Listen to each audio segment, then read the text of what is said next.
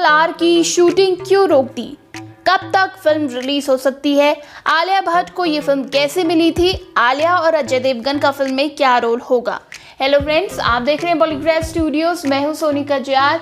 दोस्तों, बाहुबली के बाद अब सबकी नज़र RRR पर है, जो कि SS राजामौली का अगला ड्रीम प्रोजेक्ट है। और इसकी खास बात ये भी है कि इसे 400 करोड़ के बजट में बनाया गया है, यानी कि बाहुबली से भी ज़्यादा बजट में बन रही है ये फिल्म।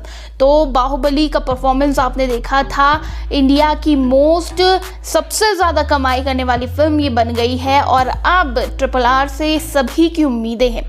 ऐसे में RRR की शूटिंग की इजाज़त अब दे दी गई थी और RRR के ट्रायल शूट के लिए RRR की टीम और SS राजामौली हैदराबाद के गंडीपेट में पहुंचे थे।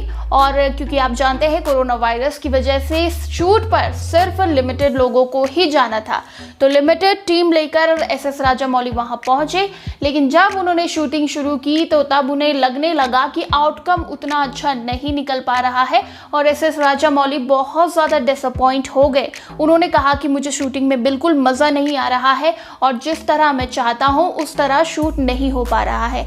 और उस दिन SS राजामौली ने शूटिंग रोक दी। वहीं आपको बता दें कि 25 जून को एक बार फिर से ट्रायल शूट किया जाएगा और फिर से टीम के साथ SS राजामौली वहां पर पहुंचेंगे। अब देखना होगा कि SS राजामौली सेटिस्फाइड हो पाते हैं या नहीं। सेटिस्फाई होंगे तभी जाके आगे की शूटिंग शुरू होगी। वहीं आपको बता दें कि अब RRR की जो रिलीज डेट है वो भी चेंज हो चुकी है। प्रोड्यूसर्स भी ये साफ कर चुके हैं, अगले साल जनवरी 8 को ये फिल्म रिलीज होने वाली थी लेकिन नहीं होगी। लेकिन अब टारगेट किया जा रहा है बाहुबली 2 की डेट को।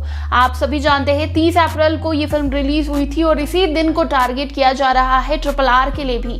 और ये दिन लकी भी माना जाता है क्योंकि बहुत बड़ी फिल्में इसी दिन रिलीज हुई है, जैसे कि एवेंजर एंड गेम भी तभी रिलीज हुई थी।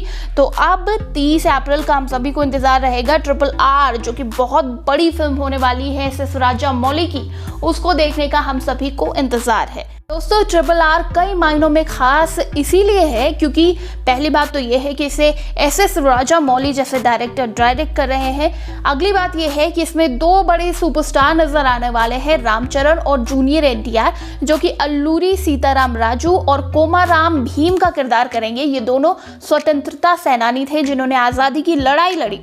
और ख़ास बात यह है कि इसमें अजय देवगन और आलिया भट्ट भी नज़र आने वाली है। अजय देवगन भी बहुत अहम भूमिका में नज़र आएंगे, जैसे कि आपने उन्हें सरदार भगत सिंह में देखा था, बस वही किरदार उनका ये इस फिल्म में होने वाला है। और इन दोनों को ये मोटिवेट करेंगे, रास्ता दिखाएंगे कि कैसे इस आज़ादी की जंग को लड़ना है। वहीं आलिया भट्ट का भी एक अहम किरदार होने वाला है और वो रामचरण और जूनियर NTR के बीच की कड़ी होगी और इन दोनों को जोड़कर रखेगी। वहीं आपको बता दें, आलिया भट्ट का जो किरदार है उसका नाम फिल्म में सीता होने वाला है। और आलिया भट्ट को ये किरदार कैसे मिला, इसके बारे में भी बात करते हैं। दरअसल आलिया भट्ट SS राजामौली से एयरपोर्ट में मिली थी और इसका उन्होंने बहुत बेहतरीन तरह से फ़ायदा उठाया। तुरंत पूछ डाला कि मुझे अपनी फिल्म में कास्ट कर दीजिए, मुझे आपके साथ काम करना है। तो SS राजामौली ने कहा कि आप अपनी डेट्स दे पाएंगी? तो आलिया भट्ट ने कहा आप जब कहें मैं अपनी मैनेज कर लूँगी डेट्स और आपको डेट्स दे दूंगी। तो SS राजामौली ने तुरंत हामी भर दी और फिर RRR के लिए उन्हें पूछा और वो इस तरीके से RRR में कास्ट हो गई, जो कि आलिया भट्ट के लिए भी एक बहुत बड़ी अपॉर्चुनिटी कही जा रही है क्योंकि इतने बड़े बड़े स्टार्स और इतने बड़े डायरेक्टर के साथ उन्हें काम करने का मौका मिल रहा है। तो अब RRR जब भी रिलीज होगी धमाका ही मचाएगी, 1000 करोड़ की कमाई आराम से करेगी ये फिल्म, ये भी तय है। तो अब अप्रैल का इंतज़ार है जब ये फिल्म रिलीज़ होगी और टारगेट यही किया जा रहा है कि अप्रैल तक ही इसे रिलीज़ किया जाएगा। वैसे आपको RRR का कितना इंतज़ार है हमें नीचे कमेंट सेक्शन में ज़रूर बताइएगा और इसी तरह के दूसरे बॉलीवुड अपडेट्स के लिए सब्सक्राइब करें हमारे चैनल बॉलीग्राफ स्टूडियोज़ को।